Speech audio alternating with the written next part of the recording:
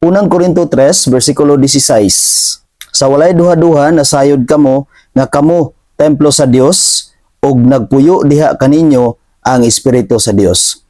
Mao na igsuon, ampingan ginato ang atong kaugalingon. Ampingan nato ang atong pagkaanak sa Dios. Tungod kay kita nga iyang katawhan, kita ang templo sa Dios. Kita ang tinuod nga simbahan sa Dios. Dili kanang simbahan nga atong nakita. Kita ang tinuod nga templo sa Dios ug ang espiritu sa Dios ania kanato, naa sa matag usa kanato. Ang atua lang is pag-amping ni ana igsuon. Atong ampingan ang espiritu sa Dios nga iyang gihatag kanato, gihatag niya sa matag usa kanato tungod kay kita ang templo sa Ginoo.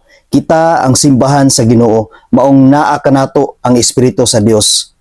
Maong igsoon ayaw gyud pagduha-duha sa imong pagtuo diha sa Ginoo. Ayaw gyud pagduha-duha sa imong relasyon diha sa Ginoo. Tungod kay ikaw ang tinuod nga templo sa Ginoo ug ang espiritu sa Ginoo naa kanunay kanimo.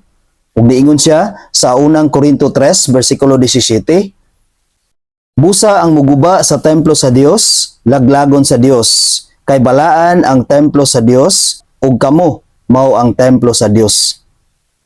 Sa ingon niya, kamo ang templo sa Dios. Kita ang templo sa Dios igsuon. Unsay maangkon sa tao kung iyang pasipadan ang templo sa Dios? Ingon siya diri nga laglagon sa Dios. Igsuon, ayaw sugot nga laglagon ka sa Dios. Pinaagi sa pag-abusar nimo sa imong kaugalingon. Ampingi ang imong kaugalingon tungod kay mao kana ang templo sa Dios.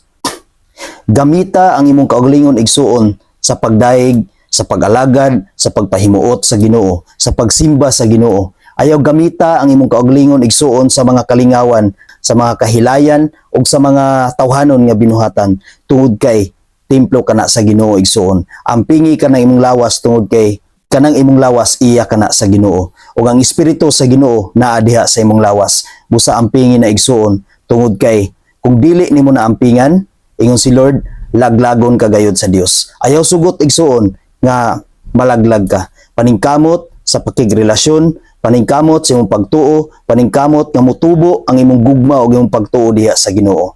Amen. God bless sa tanan.